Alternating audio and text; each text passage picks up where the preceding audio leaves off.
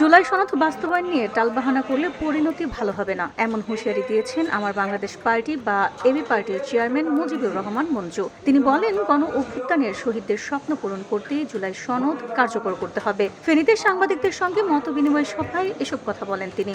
সোমবার দুপুরে ফেনীর কিং অব কমিউনিটি সেন্টারে জেলা শাখার আয়োজিত সাংবাদিকদের সঙ্গে মতবিনিময় সভায় তিনি বলেন, গণ অভ্যুত্থানের রক্তের বিনিময়ে যে পরিবর্তন এসেছে তা ভুলে গেলে চলবে না।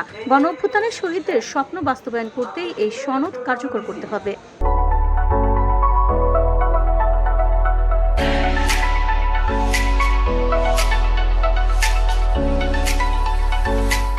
মঞ্জু অভিযোগ করেন, সম্প্রতি জুলাই সনদকে আদালতে তোলার ঘটনায় বিএনপির কিছু নেতার সংশ্লিষ্টতা দৃশ্যমান হয়েছে, যা এই সনদকে প্রশ্নবিদ্ধ করার চেষ্টা বলে মনে করেন তিনি। সন্তানহারা মায়ের কান্না জাতি ভুলে যায়নি।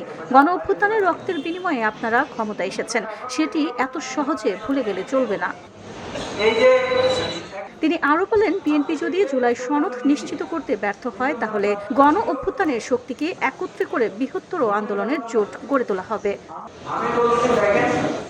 এ সময় ওসমান হাদি হত্যাকাণ্ডে নিরাপত্তা ব্যর্থতার অভিযোগ তুলে খুনিদের সীমান্ত দিয়ে পালিয়ে যাওয়ার বিষয়েও প্রশ্ন তোলেন তিনি। পাশাপাশি দ্য ডেইলি স্টার ও প্রথম আলো পত্রিকার উপর হামলার ঘটনার প্রশাসনের ভূমিকাও সমালোচনা করেন তিনি। নিজের নির্বাচনী অভিজ্ঞতার কথা তুলে ধরে তিনি বলেন, গত জাতীয় সংসদ নির্বাচনে লেমুয়ায় তাকে হেনস্থা করা হয় এবং পরে সেনাবাহিনী এসে উদ্ধার করে। ফেনীর সম্প্রতি রাজনৈতিক পরিস্থিতি নিয়েও কথা বলেন এবি পার্টির এই নেতা। তিনি বলেন, আওয়ামী লীগের অপরাধীদের শাস্তি হওয়া উচিত, তবে নিরপরাধ কাউকে হয়রানি করা ঠিক নয়। মতবিনিময় সভায় ফেনীতে কর্মরত প্রিন্ট, অনলাইন ও ইলেকট্রনিক মিডিয়ার সাংবাদিকরা উপস্থিত ছিলেন।